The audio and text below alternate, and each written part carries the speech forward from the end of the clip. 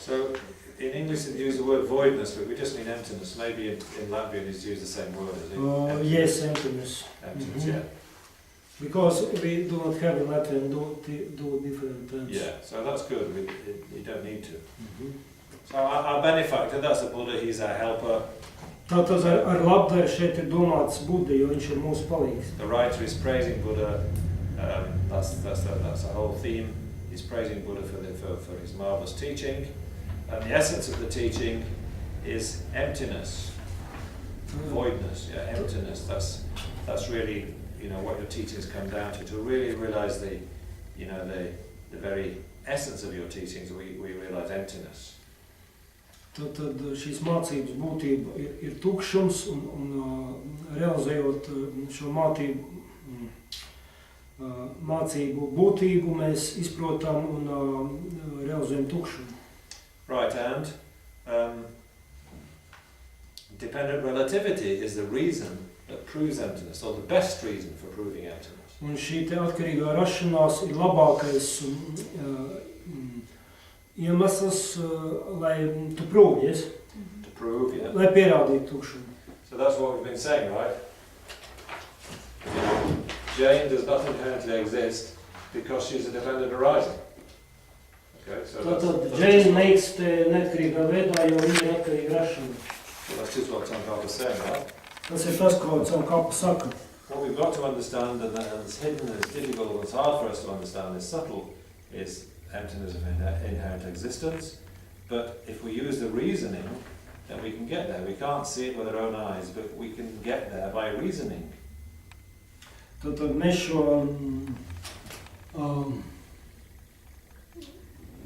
neatkarīgu eksistenci nevaram saskatīt vienkārši, bet ja mēs lietojam savu prātu un spriešanu, tad mēs varam saprast, par ko tas ir.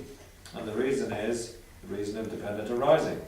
Un iemesls ir atkarīgās rašanās iemesls. So the dependent arising on its sort of lower levels is easier to understand. So we think about dependent arising, then we can get to emptiness. Atkarīgās rašanās zemākos līmeņus ir salīdzinoši viegli saskatīt, un tad, kad mēs izprotam to, tad mēs varam nonākt pie tukšuma. We're going to try and meditate on that again in a minute. So I'll come to that. Tad mēs pie tā griezīsimies un meditēsim. But just to finish off these two verses, you see, but there are problems. You see, there are people who don't get the idea. So there are those people who can't understand your view. Why? Because they don't see that reason proves lack of inherent existence. Bet ir problēmas, jo ne visi spēj saskatīt šo te uzskatu. Can you repeat last phrase, please? Well, they can't understand the reasoning, basically. Viņi nespēja sekot šim domu gājienam. Yeah. So there's two different lots of the people who don't understand the reasoning. Tad ir divi veidi cilvēki, kur nesaprot šo domu gājienu. The first lot are the people who see the reasoning as unproved. Tad viena daļa uzskata, ka šī spriešana nav pierādīta. So you say to them, look, you don't inherently exist because you're a dependent arising. Piemēram, mēs šiem cilvēkiem sakam, tu neeksistē pats par sevi neatkarīgā veidā, jo tu esi atkarīga rašanās. So they say, no, I'm not. Bet viņi teiks, nē, es neesmu. So that reason, dependent arising, they don't accept it. See, the reason is unproved to them. Un tātad viņi nepieņem šo atkarīgo rašanos, tātad viņiem tas nav pierādīts. Like we're saying, we're probably willing to accept that we're dependent arisings.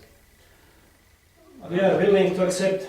Yeah, I mean, those of us understood, the ones who've been discussing. Tātad, knew they may not. Jā, tie no mums, kas ir klausījušies un izpratuši, droši vien grib akceptēt šo atkarīgo rašanos.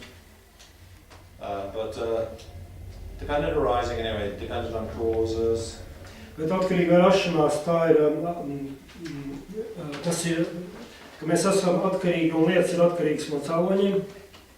We can probably accept we depend upon causes, can't we? Without- Mēs droši vien varam akceptēt, ka mēs esam atkarīgi no cauruļiem, vai ne? You know, we had a mother and a father, Tad mums bija māte, tēvs, and our mind comes from the previous life and joins the uniting cells of mother and father to make the new me. tad mūsu prāts turpinājās no iepriekšējās dzīves un pievienojās tēva un mātes šūnām, lai radītu jaunu mani. And then, you know, we have to breathe, and we have to eat food and drink liquids, so obviously we are depending on causes. Mums ir jāpo, mums ir jādzer, mums ir kaut kas jāēd, un līdz ar to ir acīm redzam, ka mēs esam atkarīgi no cauruļiem. But this reason is going to be depending on parts. We also depend upon parts. Bet, kā šeit ir rakstīts, mēs esam atkarīgi ne tikai no cauruļiem, bet arī no daļām. Do you depend upon your parts? Vai jūs esat atkarīgi no savām daļām? Well, you do, don't you? You depend upon your blood to take the oxygen to your cells. Tātad jūs esat atkarīgi no asinīm, jo asins aiznes uz visu ķermeņa šūnām skābekli. You depend upon your eyes to see where you're going. Jūs esat atkarīgi no acīm, jo acis rāda, kur mums jāiet. And you depend upon your nose to smell if some food is still fit to eat or not. Jūs esat atkarīgi no deguna, ja pareizāk sakot, to, ka deguns sajūt vai kāds pārtiks produkts vēl ir pietiekoši labs, lai to ēstu. Yeah, so we depend upon our parts. Tātad mēs esam atkarīgi no savām daļām. And also we say we depend, everything depends upon the mind observing it. Un tāpat mēs arī sakam, ka viss ir atkarīgs no prāta, kas šo objektu novēro. But don't worry about that one right now. Bet par to pagaidām nevajag uztraukties.